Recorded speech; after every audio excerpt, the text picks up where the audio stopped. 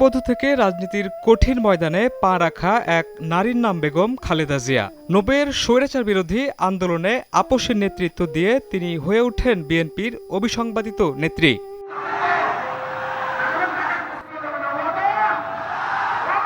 ৪ দশকেরও বেশি সময় ধরে দলকে নেতৃত্ব দিয়েছেন বেগম খালেদা জিয়া। রাজপথের আন্দোলনই ছিল তার রাজনৈতিক জীবনের মূল ঠিকানা। গ্রেপ্তার, কারাবাস, মামলা সবই এসেছে তার জীবনে। তবুও দেশ ছেড়ে পালিয়ে যাওয়ার পথ বেছে নেননি কখনো। ১৯৮৪ সালের ১০ মে কাউন্সিলের মাধ্যমে বিনা প্রতিদ্বন্দ্বিতায় বিএনপির চেয়ারপারসন নির্বাচিত হন বেগম খালেদা জিয়া। এরপর থেকে মৃত্যুর দিন পর্যন্ত দলের চেয়ারপারসনের দায়িত্ব পালন করেছেন এ নেত্রী। রাজনৈতিক জীবনে উত্থান পতন, সংগ্রাম ও প্রত্যাশার ভেতর দিয়েই তিনি ইতিহাসের এক অমর অধ্যায় রচনা করেছেন। দীর্ঘ অসুস্থতার সাথে লড়াই করতে করতে তিনি ভোরে আমৃত্যু পরপারে পাড়ি জমালেন।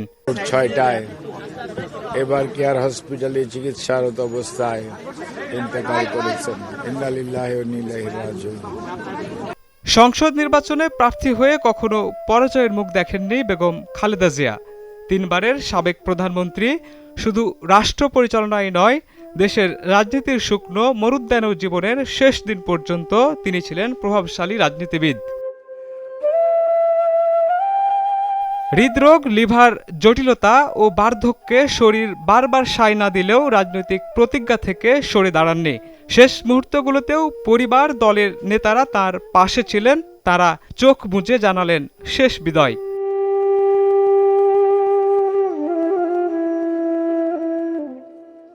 তার মৃত্যুতে দেশে ৩ দিনের রাষ্ট্রীয় শোক ঘোষণা করা হয়েছে। জানানো হয়েছে রাজনৈতিক শ্রদ্ধা ও সমবেদনা। রাজনৈতিক নেতারা বলছেন এই শূন্যতা পূরণ হবে না। ওনার পক্ষে যেভাবে আমরা রাজপথে আন্দোলন করেছি, রাজনৈতিক কারণে ওনার বিপক্ষেও আমাদেরকে কখনো কখনো স্লোগান তুলতে হয়েছে, আন্দোলন করতে হয়েছে। কিন্তু সবসময় মনে হয়েছে যে বেগম খালেদা জিয়া একজন মাতৃসুলভ অভিভাবক এই রাষ্ট্রে।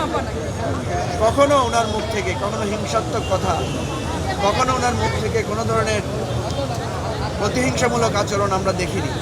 আমরা দলীয়ভাবে ৭ দিনের শোক আমরা অ্যানাউন্স করেছি।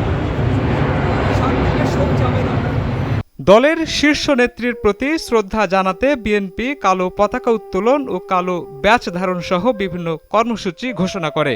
আগামীকাল জানাজা শেষে স্বামী ও বিএনপির প্রতিষ্ঠাতা শহীদ প্রেসিডেন্ট জিয়াউর রহমানের পাশে সমাহিত করা হবে মহিষী নারী বেগম খালেদা জিয়াকে।